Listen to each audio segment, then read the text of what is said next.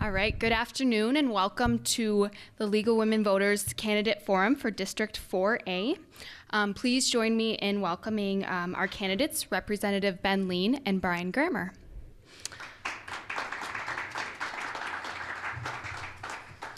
All right, we'll begin with opening statements from each candidate. Candidate Lean. Well, thank you, Jolene, for moderating today, and certainly thank the library and the League of Women Voters for putting this on. This is a really nice facility. You know, I think Mark Altenberg was commenting how this is one of the nicer facilities he's had candidate forums and debates, and I have to agree with that. My name is Ben Lean. I'm the state representative here in District 4A, which is Moorhead and Oakport Township. It's been my first term in the legislature. I won my first election in 2012, and so I'm running for re-election here this year. And looking back on the last 2 years, you know, I think the state of Minnesota has really progressed at quite a really incredible level. I hear folks down in St. Paul say this. I hear folks back in the district here say this, that we've really done more in the last 2 years than previous legislatures had done in the previous 10 years before that. So, you know, I think we really have a choice to make here statewide as to, you know, what direction we want to go for this state. You know, do we want to continue moving forward with the progress we've started, or do we really want to fall back and continue with a lot of the budget gimmicks, the school shifts, continuing to make cuts on the state level and pass that burden on to local governments, students, renters, seniors, the disabled, farmers, elderly, property taxpayers. You know, the list really goes on and on. So I think, again, for us, it's about really looking at the issues, studying the candidates, looking at the facts, and making a determination in terms of what direction do we want to go for the state. And personally, you know, I think we really owe it to ourselves to continue moving forward and continue with the progress that has been started over the last 2 years. So thank you all for attending, and I look forward to answering your questions. Thank you, Candidate Grammer. Thanks, Jolene. I want to thank the Moorhead Library and the League of Women Voters as well. I'm an entrepreneur. I create businesses sometimes in marketplaces that don't exist. Sometimes I take businesses that already exist and I change the business model to make them better. In order to do that, you have to be a big thinker, a creative thinker. You've got to work very hard, and you've got to have a lot of passion and determination to succeed. I love Moorhead. I grew up here. My family grew up here. I have 2 brothers that still live here. All 3 of us live here. And I have 9 nephews and nieces, between my kids and my 9 nephew and nieces, we all live here. I want Moorhead to be my next project. I want to make Moorhead better than it already is. It's great, but it can be a lot better. And I disagree with some of the things that the past legislature has done the last years, and I disagree wholeheartedly that we've moved forward. St. Paul and Minneapolis are doing better, but outstate Minnesota, or great, that's what they like to call us, even though I like to call us greater Minnesota, is not doing, and we're not seeing the results. They're getting their unfair share. And I represent Moorhead, not St. Paul, Minneapolis, and not a party. Thank you. We'll start with our first questions here, and I'll remind the audience that if you would like to ask a question, there are white cards available, and you can just hold them up and a league member will collect them. We'll start with Mr. Grammer. If you were elected, what would be your top priority during your term? Well, the top priority has to be changing our tax code, and specifically our border city tax legislation. We have to create some border city tax legislation that makes meaningful impact on Moorhead, because we have a competitive environment with North Dakota, and frankly, for that matter, Minnesota has a competitive environment with the entire country. We're in a world economy, and we have to look at it that way. We've got to change. We look at property tax relief, which is very important. And I think you're going to find on October 15th, when you get your tax bill, that your property taxes did not go down, despite what anybody tells you. They did not go down. Farmers are, in a very tough spot right now because they were told they're going to get property tax relief, And they were prevented from getting some property tax relief because it was said to them that that the marketplace was so good that they didn't need as much. Well, the marketplace has turned, as it does in farming quite frequently, and those farmers need relief.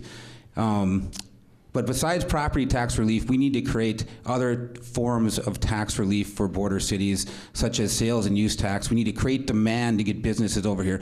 Property tax relief alone will not create the demand we need to fill our empty street corners and all of the other vacant buildings we have. We have very few buildings for businesses to move in Moorhead, but the buildings we have are vacant. If you look at the U.S. Bank building, it's never been full with businesses. It's never been 100% full. We have to do a lot more to get those businesses over here and create programs that create demand. Because if we don't do that, we're not going to fill those empty street corners, we're not going to fill those vacant buildings, and the tax burden for our services, to keep the services that we all love, are going to fall on less and less people, and that's the middle class people of Moorhead. Thank you, Mr. Lean. Well, I do agree with my opponent that border city issues certainly need to be the focus of this district. I think we all in this room know this as well. And I focused my first 2 years in the legislature, the last 2 years, really on our district, on those border city issues. And we were able to reduce property taxes for border city businesses by 30%. We got another $1.5 million into the border city enterprise and development zone, which of course help businesses grow, hire new workers. And so, that's going to continue to be my focus, is the border city legislation, making the program we have stronger. I'm going to be fighting to make that a permanent appropriation, so we don't have to keep going back to the legislature session after session asking for it. I think that would be very beneficial. Also, I really focused on flood mitigation work over the last 2 years, and we were able to secure the final dollars to finish Moorhead's flood work, about $14.2 million. So that construction should be completed later this year, early next year. We do still have some flood work to finish in Oakport Township. I believe it's about $4.8 million or so to finish the last phase of the Oakport levee work. So that will also be a priority for me. Now, statewide, I think we need to continue, again, just building on the progress we started over the last 2 years. And I think education is going to be a big part of that. We need to continue to close the funding gap between Greater Minnesota and the metropolitan schools. We need to continue closing the achievement gap between students of color, minority students, and Caucasian students. And also, we need to continue to focus on higher education. I was a proponent of the tuition freeze over the last 2 years. I think that's a good direction for us to continue to go in. But we also need to focus on existing debt students have, ways we can get students to, help them with some of that pressure. And we can also do that by addressing our workforce issues here in Greater Minnesota and across the state, by giving students debt incentives to go back into Greater Minnesota and fill those jobs that are very high demand, such as nursing, healthcare, manufacturing, and also, students who want to go into their own business, become entrepreneurs. Thank you. Next question, we'll start with candidate Lean. What is the state's role in economic development? I think it's a very big role, and we actually did, in my mind, some very good things for economic development over the last 2 years. We put $54 million into two different programs, the Job Creation Fund and the Minnesota Investment Fund. And we're starting to see now with the Job Creation Fund, we've used about $12 million of those dollars, of the 24 put into that program. So about half the dollars we appropriated, and we're seeing an 18 to $1 ratio in terms of what that's leveraging for private capital. So with that 12 million, we're seeing about 224 million come out of the private sector for business growth. We also did some work with transportation economic development. There's a specific program to get people back to work, creating roads, bridges, the infrastructure that our economy is going to continue to need going forward to really, continue to become that strong economy. And when you look at Minnesota's economy, we were recently ranked in Forbes magazine as the number 8 place to do business in the state or in the country. That was last year. And this year, taking a look at CNBC study, we're at number 6 in terms of the best state in which to do business. Now, you take a look for the 2014 ranking, that's actually ahead of both North and South Dakota. And a big reason why Minnesota, is toward the top of the country in business development is our workforce, our education, access to capital, and transportation infrastructure.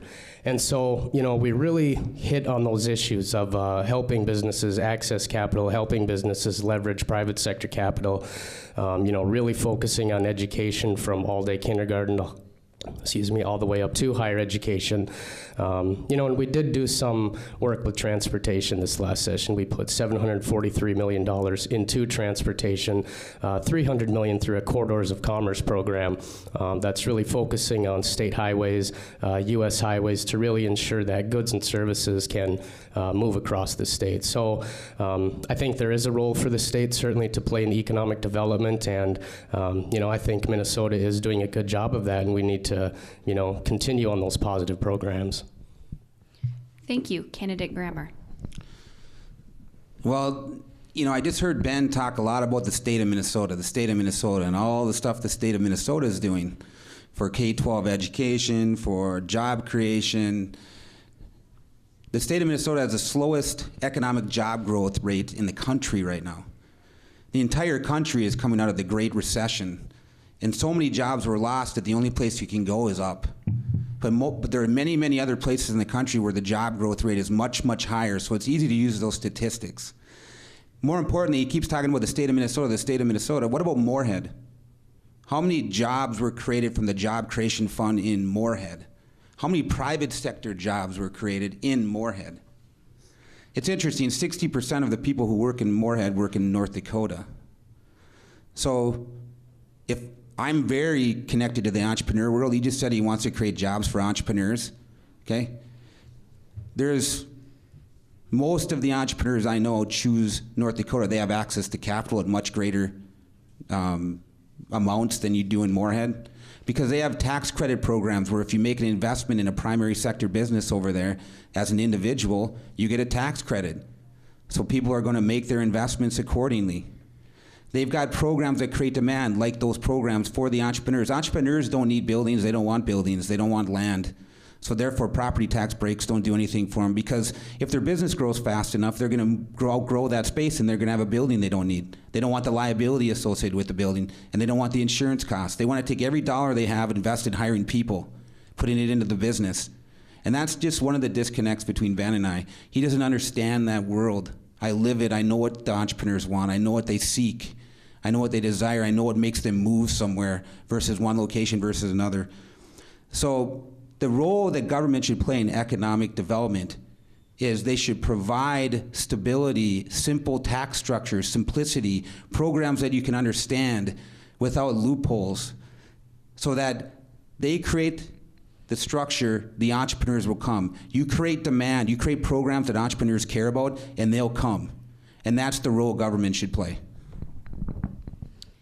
Thank you. Next question starts with candidate Grammer.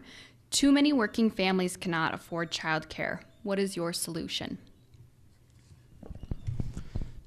Well, I mean, one of the things that we don't want to do to the childcare industry that we've done to so many others, like, for example, speaking with Moorhead Manor for the disabled and the elderly, they would like to expand their facility, but because of over-regulation by the state, it makes it economically unaffordable for them to do it.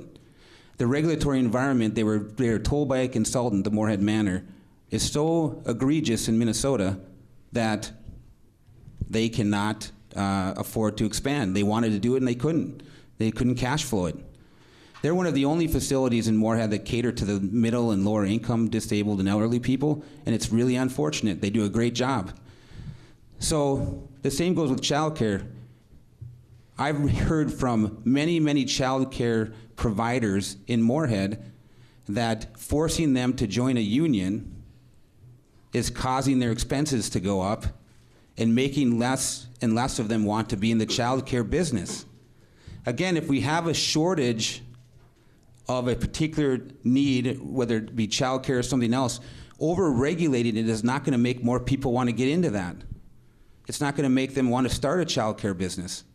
So we have to be careful. What's intended to be sometimes in government, when you make laws, intended to be good can sometimes be bad. We can over legislate. And I saw that when I was on the city council 12 years ago. We made laws sometimes that everyone thought were the best of intentions, and pretty soon, within a few years, they had the opposite effect of what they intended to have. And I think that's one of the things I'm good at, is foreseeing that. Seeing that if we do this, what seems to be a no-brainer is going to have unintended consequences that might hurt us. And in the child care business, if we want to get more people in the child care business, we have to really look at the regulations and how we're demotivating people to enter that, because we're going to need more people to do it. Thank you. Candidate Lean. Well, I would like to use a little bit of this time to touch on some of the economic growth we have seen here in Moorhead. There was a program that we had passed, a part of it's called a BDPI program. It helps with public infrastructure to also allow the private sector to grow, and DMN Industries was able to expand as a result of that program here in Moorhead. And again, that was about $9.5 million, not just the BDPI, but also other economic development programs like that, separate from the two I had mentioned previously, where we had $9.5 million in state investments, and that's turned around to, I believe, $244 million again in the private sector growth. And when you take a look at the home builders numbers through the second quarter of 2014, we've seen 12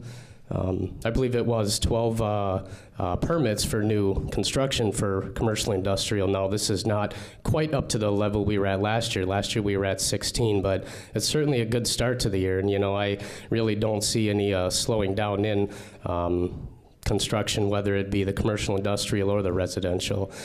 Touching a little bit on childcare, the union vote the legislature took was not forcing anybody into a union. It was giving childcare providers the right to vote, whether they want to join a union, whether they want to form a union. And I think when we talk about childcare, I think we need to, look at education with this, taking a look at closing that achievement gap again between minority students and white students. And a big part of that is going to be more early childhood options for 4- and 5-year-olds. We certainly got a good start on that the last couple of years, of course. Moorhead started all-day kindergarten last academic year, even before they took the initiative early on before the state was going to fund it. And so now this academic year, families all across the state have all-day kindergarten.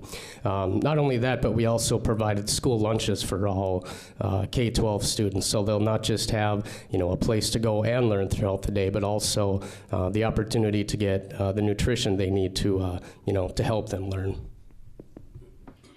Thank you. Next question starts with candidate Lean. Our population is aging. What do we need to do to prepare for this?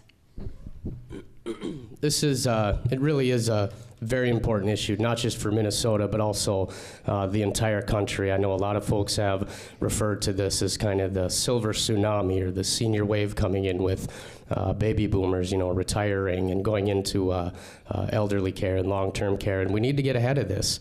We need to have a really frank, comprehensive conversation on how we're going to do this, whether it be dedicated funding, whether we just, get more innovative with the private sector. I know, I believe it was the Department of Human Services recently issued a $5.3 million grants to help nonprofits, for-profit organizations in our communities in the private sector partner with the state of Minnesota to provide services. And a lot of these programs, too, are helping seniors stay in the homes if that's what they choose to do. I think it's important for seniors to have options, whether they want to go into traditional nursing home settings or whether they want to stay in their homes. And it's much more cost effective in terms of public spending to allow seniors to stay in their homes. Plus, it helps them feel, continue to feel a part of the community. So, I think there are a lot of things we can do there to not just provide the care, but also to do it in a more cost-effective manner. And this really has to be a major issue that we're looking at for the state as well as the entire country. Thank you. Candidate Grammer. Well, it's funny. I've heard a lot of different discussions about this, and they they're usually around government programs, new ones being created or enhanced, which are important. But one of the things, as I've talked to several of the people that have made a lifetime helping the elderly and disabled, is there needs to be a cultural shift in the United States. We need to, as people, we need to, I grew up this way where I honor my parents and I honor the elderly. And if my mom and dad need to move into my house, there's a spot for them. And so many young people today don't think that way. They don't think about their parents and what the future holds, and they don't plan for it. We need to educate young people to think about planning for their parents, think about how to take care of their parents. I mean, we have to create a culture where we take care of our oldest people, because they have so many great values. Some of my best friends, one of them in the audience right here, 79 years old, Randy Stephenson, have taught me so much in my life, and my parents have taught me so much, and they're back there, and I appreciate them being here. And so we have to think culturally as a society, how do we take care of the elderly better? We have to think creatively, and we have to install that trait in our kids, like it is in me. I mean, again, my wife's mom's a social worker. She's got a spot in my house whenever she needs it. My mom and dad have a spot in my house whenever they need it. And I just think that's going to be a big way to take care of this problem, in addition to looking at the programs and figuring out how to enhance them. Thank you. Next question starts with candidate Grammer.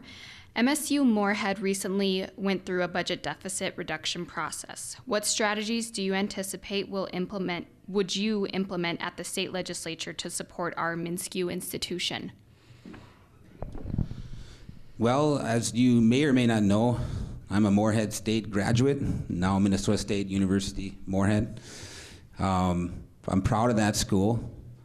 I went to that school because I had to pay for my own college, and I lived in Moorhead, and it was down the street from my house. I lived on 11th Street. I was very proud of all the teachers I had there. They all were very good. They taught me a ton. And it's a great asset that we have in Moorhead. We have to work with Moorhead State, Minnesota State University, Moorhead, to figure out how to get them more entrenched in our community. Business, I met with Ann Blackhurst. We have to get the business community and Moorhead State to work together. Part of what we need to do to change their budget problem is get growth back. They have declining enrollment. And the biggest problem, I was told, is trying to market Moorhead State in Moorhead to students. Our downtown is in decay. Ben was talking about the Home Builders Association statistics and all this growth we see. The fact is that I met with the Home Builders Association. I met with their board. What we've been getting is leftovers, and we like to tout them because anybody that's willing to live here, like the rest of us that are proud of it, we're happy to have them here, okay? But we're not growing fast enough. We have to redevelop our downtown, and we have to take all the empty street corners and lots, and we got to get them developed, because if we don't do that, it's going to be harder and harder to market Moorhead to students. They want to have amenities around them. They want to be able to walk to college and walk to their job. Most of our students at Moorhead State don't live in Moorhead. They live over in Fargo. We have to provide housing, jobs, entertainment, those types of services if we want to be a college community and have those college kids stay here. There was a joke at Moorhead State when I was there, and it still exists from what I could tell after I talked to Ann Blackhurst. They call themselves a suitcase community. People come during the week to go to school and then they leave. We have to change that. It's a great asset. That's going to help their budget problem in the future if we can get their enrollment up. That's the best way to do it. We have to work together to get that done. Thank you. Candidate Lean. Well, I do agree with Mr. Grammer that we do need to figure out a way to bring students into the community more, to feel students as though they're a part of the community, a part of Moorhead, because not just Minnesota State Moorhead, but all of our institutions of higher ed here in Moorhead really are gems of our community. I mean, you look at where people work in Moorhead. It's in education, so it's not just, in my mind at least, not just about the students, but about the economic development that comes from that. Taking a look at the state level, I do serve on the higher ed committee. It's a passion of mine. I'm very passionate about the issue, not just for what it means for District 4A, but also what it means for the state, what it means for the students. And I will say, I was pretty frustrated over the last couple of years with some of the issues at MnSCU and a lot of the retrenchments and early separations that's caused here in Moorhead. And we need to sit down with the MnSCU system and be on the same page, be on the same footing in terms of not just the appropriations the state gives to the system, but also what is that system doing with those appropriations? How are they making sure those appropriations are hitting the classrooms, preparing students to go out and become leaders in our state, preparing students to lead Minnesota's economy into the 21st century? And that really brings the point about more workforce needs in the state. When I hear from the private industry, what's the biggest challenge for Minnesota's economy in the future? I don't hear folks talk about taxes. Folks here talk about the need to fill jobs and the skills gap left by the baby boom generation going into retirement. We need to fill these jobs in nursing, in healthcare, in manufacturing, in the trades. I heard the same thing from the home builders. So it's really, I think, a two-part issue, making sure that we're holding MnSCU accountable for the dollars and the resources the state appropriates, and also making sure those dollars and resources are going into the classroom to prepare our students to become, the exceptional 21st century workforce that Minnesota has traditionally been known for. Thank you. The next question starts with candidate Lean. What role will you play in increasing women's economic security in the state? The 2014 legislature did pass a bill, which I did support, the Women's Economic Security Act, or WESA, as it was called.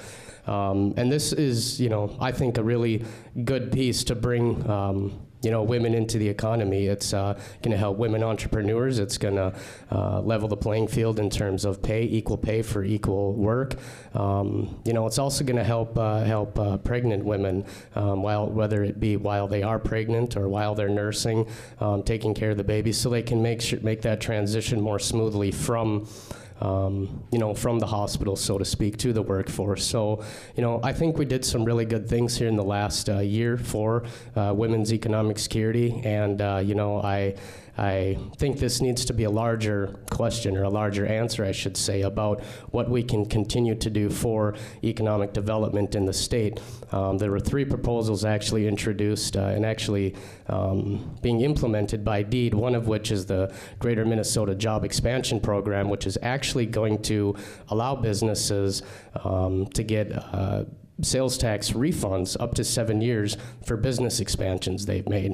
I think we need to continue helping out smaller businesses as well. Moving forward, whether it be with our own Border City program or whether it be more economic development programs on the state level, I think it would really be incumbent on us to kind of fence off or dedicate money to small businesses, whether that's businesses who employ 100 people or 50 people, but really making sure that those resources are getting to the folks who are our Main Street business community.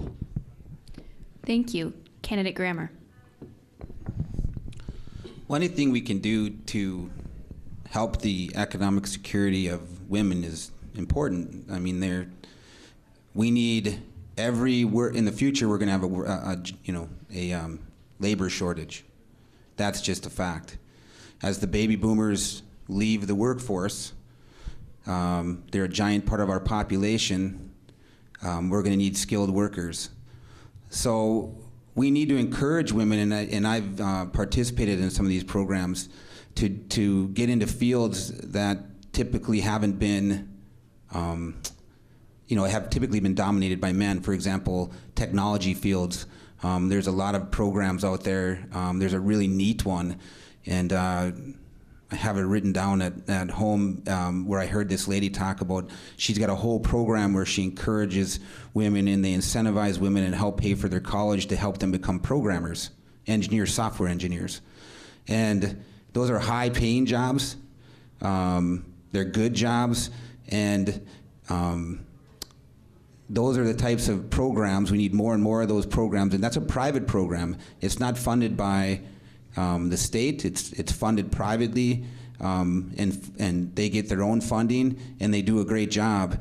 And there's more and more of those programs starting. We need to, the business community and just the overall community needs to support these types of programs because they're just really important. And the great thing about her program is because it's privately funded, she can access the business community and she can network and she can help these people once they become programmers find great jobs.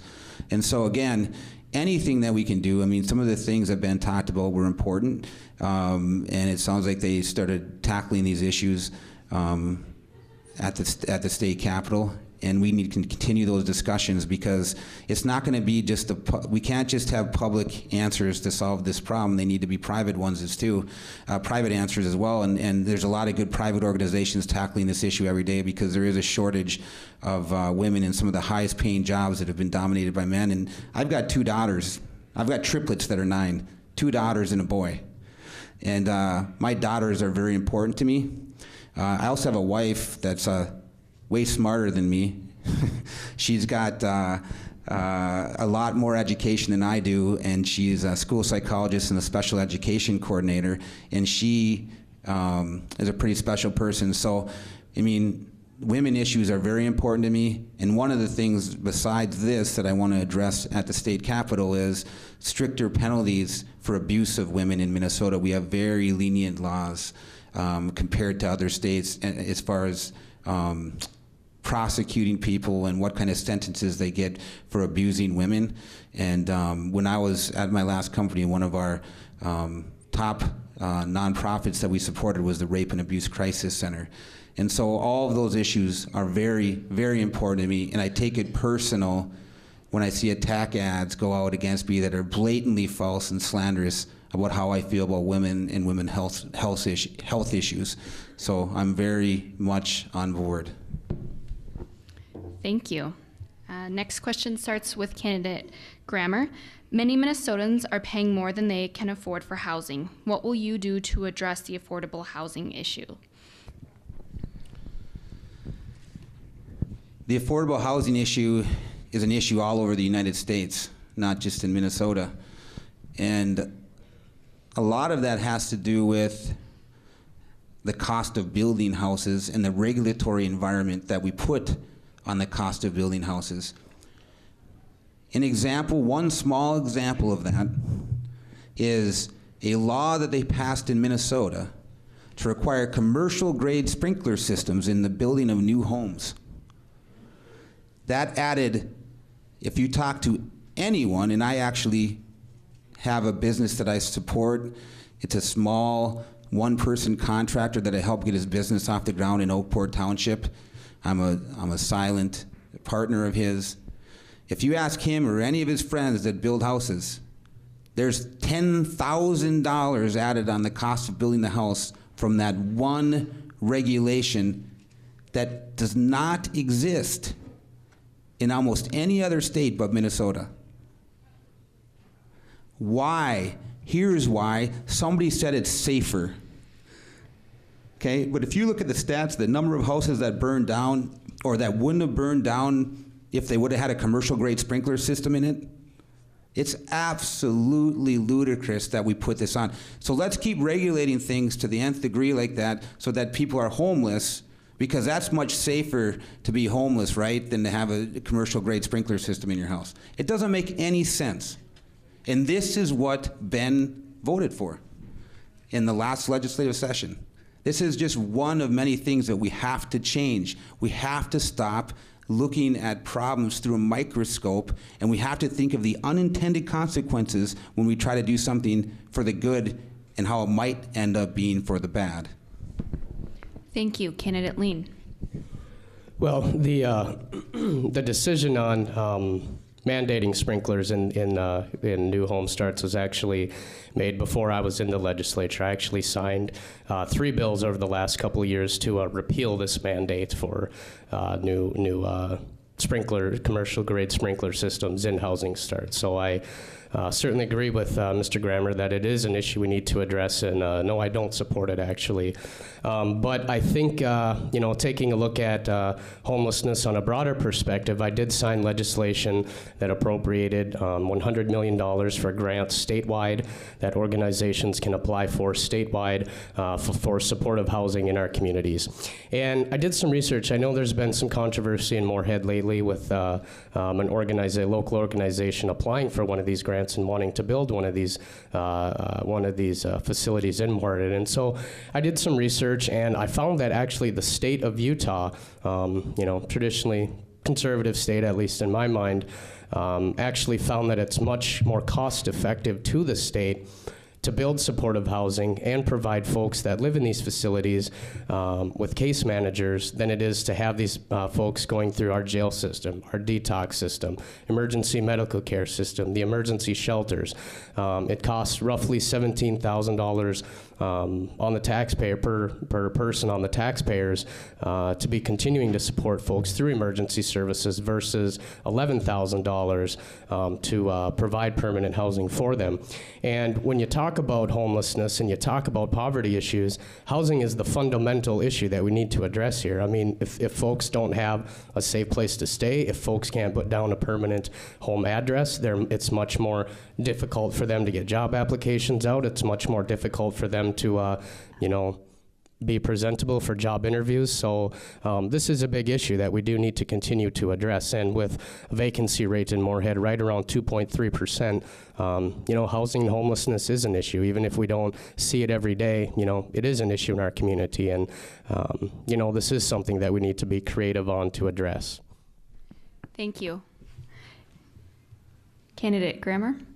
Candidate Lean. Last question, and then we'll go to closing statements. What are your thoughts on the diversion and its effect on your district? Well, I do want to make it clear that I do think we do need permanent flood protection in the Fargo-Moorhead area. I think the diversion is the way to do this. I think it's just a matter of now I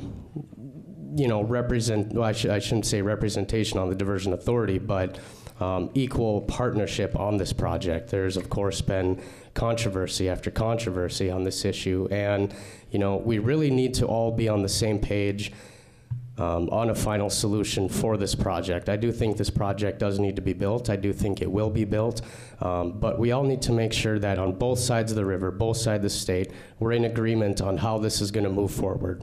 And I say that because it's not just about the dollars and cents, who's paying for it, who's going to benefit from it. We have to look at the political reality of this. And if the political reality is that the Minnesota side, whether it be on the legislative level, the congressional level, does not support the proposed project, that does call into question funding for the project. So ultimately, we do have to be on the same page in terms of how this is going to get done.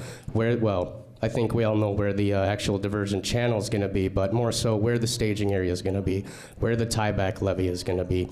And I know the Minnesota DNR, I've been a little frustrated, I will say. I thought their environmental impact statement was going to be done late this year. It's right now scheduled to be done spring, March of 2015 with a public comment period to follow, and then the final report, I believe, will be issued October, November 2015. So I think folks on all sides of this issue need to slow down, let the DNR do its work, because there is still a process we have to follow here. The federal WRDA bill was premised on all local permits being issued for the project. So we need to slow down, let the DNR do its work, really study all options that are on the table, and at the end of the day, come to an agreement both states can get behind and support. Thank you, Candidate Grammer. I agree with much of what Ben said. However, what we need is leadership, and we need the leadership at the city level, the state representative, and any other stakeholders, so citizens, property owners that are affected by it, to get together and come up with what are we agreeing upon. How much is it going to cost, and what's the final decisions going to be made on this list of things that we need, this list of problems that we need to solve before we can move forward, so that we go in with one voice The most frustrating thing I've seen with the flood diversion project is, first off, Winnipeg is protected to 750 years. Grand Forks is protected to 245 years. Moorhead is protected to 100 years after the work we've just done, or approximately 100 years. And Fargo will be protected to 100 years shortly after they finish their projects. The problem is Minot just had a 500-year flood. We know climate change is going to make more water an every year occurrence here. It's going to happen more, and we're going to have a higher flood than we've had before. Right now, we've never had a flood that reached the 100-year stage based on the new numbers. So our record flood hasn't hit the 100-year stage. So we've got to move faster. We've got to get together and solve these problems. And having the governor come in at the nth hour and all of a sudden weigh in on it was poor leadership. And we have to call him on that, because this is our town. We need to protect our town. Moorhead and Oakport Township. He could, with that kind of leadership, derail this entire project, and we'll never get to permanent flood protection. We need to figure out how much we're going to pay, how we're going to come up for that how we're going to come up with that money, and we need to figure out timelines of when we're going to move forward. It can't be this go and stop and go. Okay, now someone from the Minneapolis St. Paul is going to come and weigh in on this at the 11th hour, and now it's stop again. Okay, now we got a new demand that they didn't know about before. That's not how you get things done. So I'm very concerned about how this has been managed by our leaders, and we need to change it. We need to get together and we need to figure it out, because it's very, very, very important. The other thing is we have to start representing Moorhead. If you're a representative, you represent Moorhead. You don't represent the state of Minnesota. If you want to represent the state of Minnesota, be the governor or be a state senator. A representative is elected every 2 years because they're supposed to be close to the people's problems. That's what the design of the position is. I want to represent Moorhead, not a party. I want to represent Moorhead. Thank you. Now we'll move to 1-minute closing statements, starting with candidate Grammer. I've heard a lot of talk tonight about all the things we did for St. Paul, Minneapolis. I've got a list of all the projects that we funded in St. Paul, Minneapolis on my phone right here. It's a huge, giant list. Oh, and I've also got a list of all the projects we funded in other cities in greater Minnesota. What's interesting is there's not very many things on this list for Moorhead. Again, the state representative for Moorhead and Oakport Township represents approximately 40,000 residents that live in Moorhead and Oakport Township. That's who we represent. Dilworth, Hawley, they already have their own representative. If you want to represent a bigger area, then you could be a senator like Mr. Eakin. If you want to represent the state of Minnesota, then you can be the governor. Our job is to represent Moorhead. That's what we do. That means Concordia, tuition freeze. Tuition freeze doesn't help Concordia. In fact, tuition freeze isn't based off means and need. If the design of the program was to give people that didn't have the means to pay for college, well, it didn't do that. It gave subsidies to the richest people that go to the U of M and the Minsku system as well. It didn't give anything to the private college kids that need funding. They should have doubled the amount in the state grant program if they wanted it to be for people that needed money. That's the only program based off means to go to college, the state grant program. That program gets very little funding as a percentage. I think it's 3% of the entire cost of higher education comes from the state grant program. We should have put the money in there if we really wanted to achieve that goal. Again, if we were looking at Moorhead and who we represent, you should have looked at how that affected Concordia College. Concordia College has declining enrollment as well. The average income of a family that sends someone to a private college like Concordia is less than the University of Minnesota system. Is less. Because they go there for all kinds of reasons, not just they go there for the liberal arts education, but they also go there sometimes for the religious teachings, other things. It doesn't mean they're rich. Again, we represent Moorhead, K through 12 education. Minneapolis-St. Paul got most of that increase in funding. Minneapolis-St. Paul and the surrounding counties get an average of $13,000 per student. We get $10,000. We get 10,000. Why is that? Because they're supposedly more diversified. They call us a rural community, but wait a second, we have a river that separates what would be the second largest city or third largest city in Minnesota if you counted Fargo.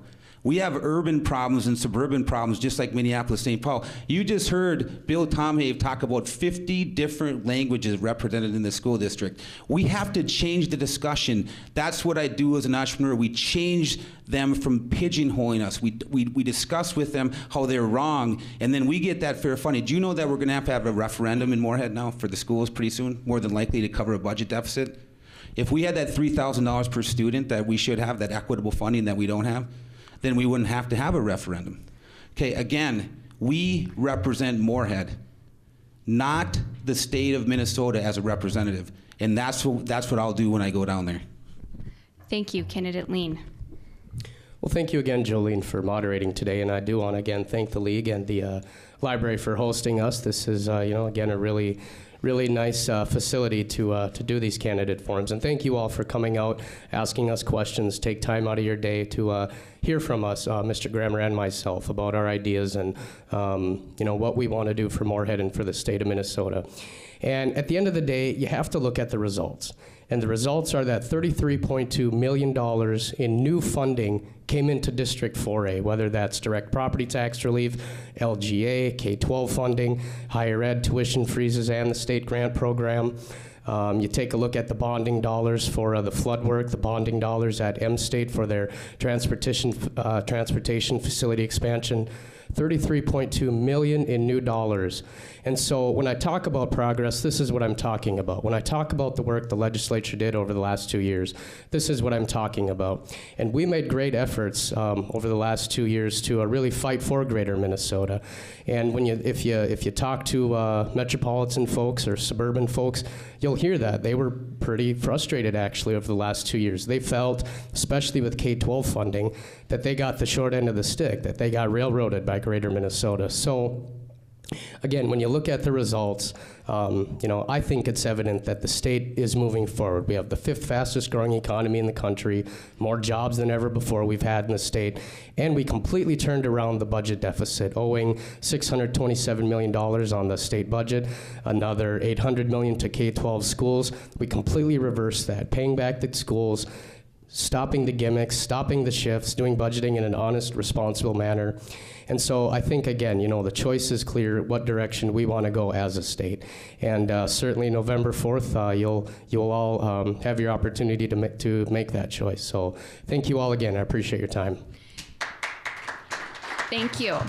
Just a reminder, the recording will be available on the League of Women Voters of the Red River Valley website. We're going to take a quick break before we welcome the candidates for District 9A judge. And again, thank you to our candidates for District 4A for your time this afternoon.